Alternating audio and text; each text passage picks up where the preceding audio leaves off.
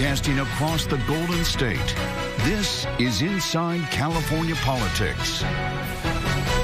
Thanks for joining us for Inside California Politics. I'm Frank Buckley in Los Angeles. Nikki Lorenzo is off this week. President Joe Biden is using his executive authority to address border security, signing an executive order this week that allows his administration to temporarily stop processing asylum claims at the southern border.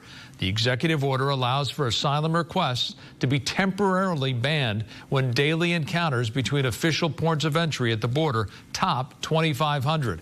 Because daily averages were already far higher than that, the order went into effect immediately. Asylum requests would be allowed again after that number falls to 1,500. Border encounters have not been that low since July of 2020, at the height of the pandemic during the Trump administration. The simple truth is there is a worldwide migrant crisis. And if the United States doesn't secure our border, there's no limit to the number of people who may try to come here, because there's no better place on the planet than the United States of America. For those who say the steps I've taken are too strict, I say to you that be patient. And goodwill of American people are wearing thin right now.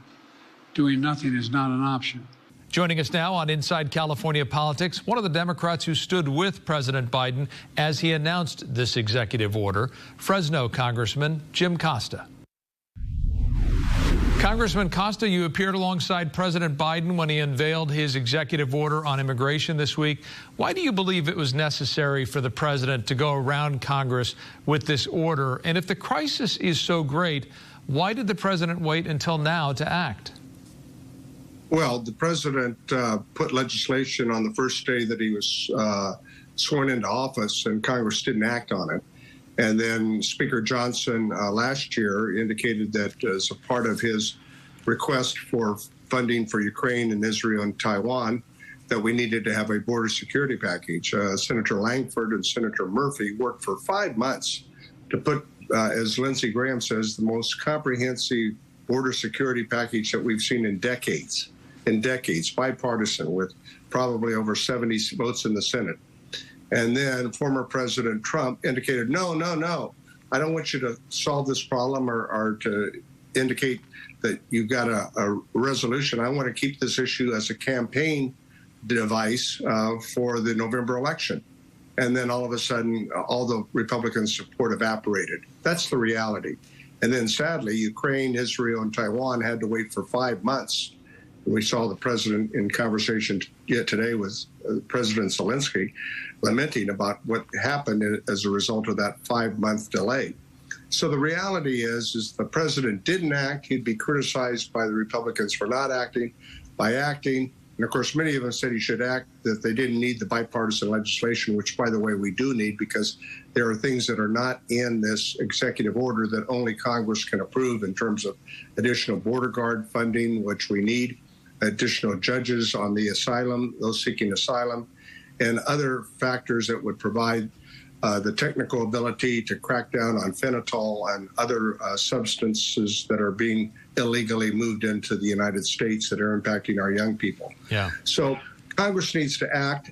Congress, because of the Republicans taking the former president's lead not to act on this comprehensive package 5 months ago, the president was left with little choice but to pursue this executive order. But he said this week when I was there with the press conference that Congress should be acting. And he had waited for Congress to act, and they didn't act, and he was left with no choice to do what he could do with this executive action. Well, to your point, this isn't the comprehensive immigration reform that Democrats and some Republicans have been fighting for. And progressive Democrats have come out against the president's action. Senator Alex Padilla says it undermines American values. The ACLU has vowed legal action to prevent it. They say it puts the lives of tens of thousands of people with legitimate claims for asylum at risk. Is the ACLU wrong, and are your fellow Democrats, including Senator Padilla, wrong? I think there's a difference of opinion on how you approach border security. I think we all agree that we need comprehensive immigration reform, but that's not been possible. We've tried numerous times. The last time we got close was 2013 when Senator McCain led that effort. We have had the Farm Worker Modernization Act. We need to address the issue of Dreamers and DACA. None of that's in this. But clearly there were other aspects in that bipartisan bill in the Senate that was supported by many of my Democratic colleagues that are criticizing this approach. I understand they would like to see other efforts made on dealing with border security, and we should. But that's not what the president had available to him, and he did what he could do under the circumstances. You mentioned that President Biden said Republicans left him no choice after the Senate Republicans killed bipartisan border legislation earlier this year. But Republicans say this executive action is weak. It's too little, too late.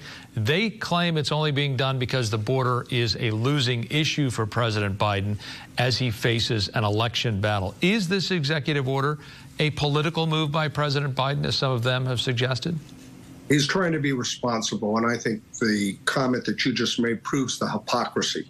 If border security is really the critical issue that it is, and I do believe it is a serious issue that we must address, then let's take that action that was a serious bipartisan effort. That was the legislation that Senator Langford, one of the most conservative members of the United States Senate, worked out, designated by Mitch McConnell, on an agreement that he reached with Senator Murphy. And frankly, they clearly don't think it's that critical of an issue. They think it's a better political issue for them. Otherwise, they would have acted 5 months ago on a bipartisan comprehensive package that Senator Graham indicated was the most comprehensive package that he's seen in 2 decades. But they chose to ignore it because they wanted to keep it as a political issue, and that's a fact. Lastly, the 80th anniversary of D-Day was Thursday. You visited Normandy yourself a few years ago. I wonder if you might give us your thoughts on this anniversary and the lessons learned from World War II that might be applied to today. Well, I was there for the 75th anniversary, and it's one of the most moving things that I think anybody can feel, especially an American who understands our history. I urge all Americans to visit Normandy to see the sacrifices that American men and women put together during World War II. Those beaches of Normandy, Omaha, Utah, Point du Hoc that the president spoke at today, that President Reagan spoke at 40 years ago, reminds us of the valor, reminds us of the fact that Americans understood historically that we are the beacon of light of democracies around the world. And they moved forward time and time again in the face of adversity, as President Biden said today. And we need to remember our history. I don't think we teach history that well these days in America. And that, again, the situation in Ukraine reminds us that there are dictators and there are adversaries that we have in China and Russia who really want to move democratic nations off the ability to provide the protections for the freedoms that we cherish and we hold, and the ability of a capitalistic society. All the benefits that have come post-World War II came because of those brave men in Normandy and Point du Hoc 80 years ago. And it's, I think, important that we never forget our history as we look at the brave people in Ukraine who are fighting for their own democracy, their own sovereignty against a hostile force. And mind you, Russia's intention is to eliminate Ukraine as a free country. And they also have intentions upon other Eastern European countries. Ask Poland, ask Romania, ask the Baltic states. They clearly know what Putin's intentions are. He's a war criminal.